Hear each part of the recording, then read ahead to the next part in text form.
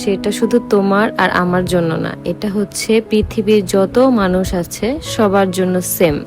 Hello everyone, আসসালামু আলাইকুম। আমি তোমাদের আখি। আজকে হচ্ছে আরেকটি ব্লগ তোমাদেরকে আমি উপহার দিলাম। তোমরা অনেকেই বলো যে আমি কেন মিনি ব্লগ এতটা করি না। এখন আমি ট্রাই করি প্রতিদিনই মিনি ব্লগ দেওয়ার জন্য। প্রতিদিন আমি চেষ্টা করি, তারপরও যদি মিস হয়ে যায় নিজ নিজ দায়িত্বে ক্ষমা করে দিও। তো যেটা বললাম আর কি, রিভেন্স অফ দ্য নেচার, এটা কিন্তু সবার জন্যই সেম, শুধু তোমার আর আমার জন্য না। তুমি এত এত অন্যায় করে তুমি আল্লাহর কাছে বলবা যে আল্লাহ তুমি বিচার করো, বিচার করো। তুমি যে আগে অন্যায়গুলো করছো সেগুলোর বিচার আল্লাহ কিন্তু করবে, তারপরই করবে, ঠিক আছে? এখন আল্লাহই ভালো জানে সে কিভাবে কার বিচার করে। আমিও কিন্তু দুধের দোয়া তুলসী পাতা না। আমিও ভুল জেনে অনেক মানুষকে অনেক কষ্ট দিয়ে কথা বলে ফেলছি।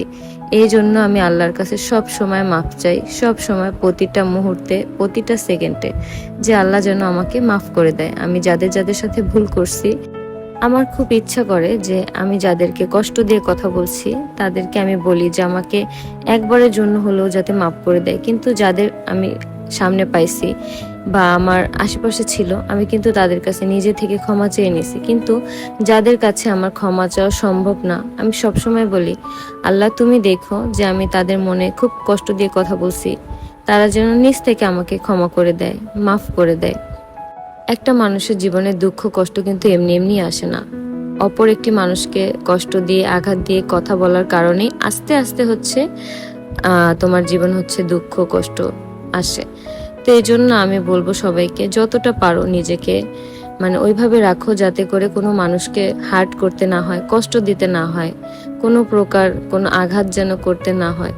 আমি এখন থেকে ট্রাই করি যে প্রতিটা মানুষের সাথে আমার সম্পর্ক যাতে ভালো হোক। আর সম্পর্ক যদি ভালো রাখার পর্যায়ে নাও যায় তো কথা বলা কম উচিত, যাতে করে সম্পর্কটা ওই পর্যায়ে না যায়, কারো মনে অন্তত কষ্ট যত না দিতে হয়। তো এইটাই হচ্ছে আল্লাহর কাছে আমি এখন চাই, যতদিন বেঁচে থাকবো আল্লাহ যেন আমাকে এভাবেই বাঁচায় রাখে। আমি যেন কারো মনে কোনো কষ্ট দিয়ে কথা না বলি।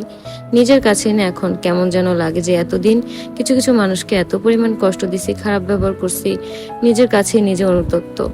এখন খুব খারাপ লাগে সেই দিনগুলো মনে পড়লে, সেই কথাগুলো মনে পড়লে। আদৌ কি তারা আমাকে মন থেকে ক্ষমা করে দিবে? তবে আমি সবাইকে বলবো যে আমি যার যার মনে কষ্ট দিচ্ছি আমাকে নিজ দায়িত্বে ক্ষমা করে দিন। আমি খুবই দুঃখিত, আমি আন্তরিকভাবে অনেক অনেক দুঃখিত। আল্লাহর রহমতে আমি এখন আলহামদুলিল্লাহ অনেকটাই ভালো আছি আমার ছেলেকে নিয়ে। তোমরা দোয়া করো যাতে আমি সবসময় এরকমই থাকতে পারি। আমি সাধারণভাবে বেঁচে থাকতে চাই, আমি সাধারণভাবে জীবনযাপন করতে চাই। আমার এত বিলাসিতার দরকার নেই। আমি আমার ছেলেটাকে নিয়ে সাধারণ একটা মানুষের মতো কাজ করে খেতে চাই। আল্লাহ হাফেজ।